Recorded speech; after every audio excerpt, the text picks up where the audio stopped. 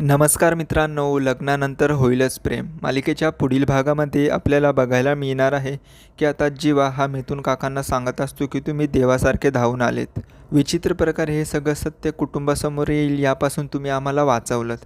त्यावर मिथुन काका म्हणतो की अरे मी तर तुझा लाडका काका होतो ना, मला तरी सगळं सत्य सांगायचं. त्यानंतर मात्र आता जीवा खूपच इमोशनल होतो आणि तो आता मिथुन काकांना मिठी मारून रडू लागतो. तर मिथुन काकाही इमोशनल झालेले असतात.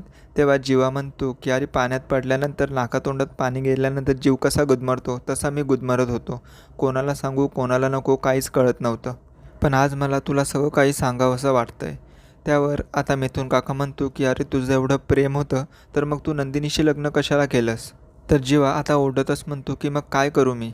ती काव्या जिचं नाव मी माझ्या छातीवर कोरून घेतलं ती माझ्यासाठी जराही वेळ थांबली नाही.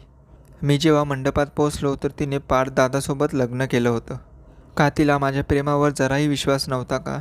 लोकांचं ऐकून ती लगेच लग्नाला तयार झाली. तिने जराही विचार केला नाही की माझं काय होईल, मी पुढे काय करणार. तर याच रागात आणि मला तिथे नंदिनीची परिस्थिती बघावली गेली नाही म्हणूनच मी तिच्यासोबत लग्न केलं. त्यानंतर मिथुन काका म्हणतात की तू काही काळजी करू नको जीवा, मी हे सगळे काही पुरावे नष्ट करतो. तर मित्रांनो, मिथुन काका आता जीवाला पूर्ण सपोर्ट करत आहेत. तर प्रेक्षकांनो, असा सपोर्ट करणारा मिथुन काका तुम्हाला आवडतो का, कमेंट करून सांगा.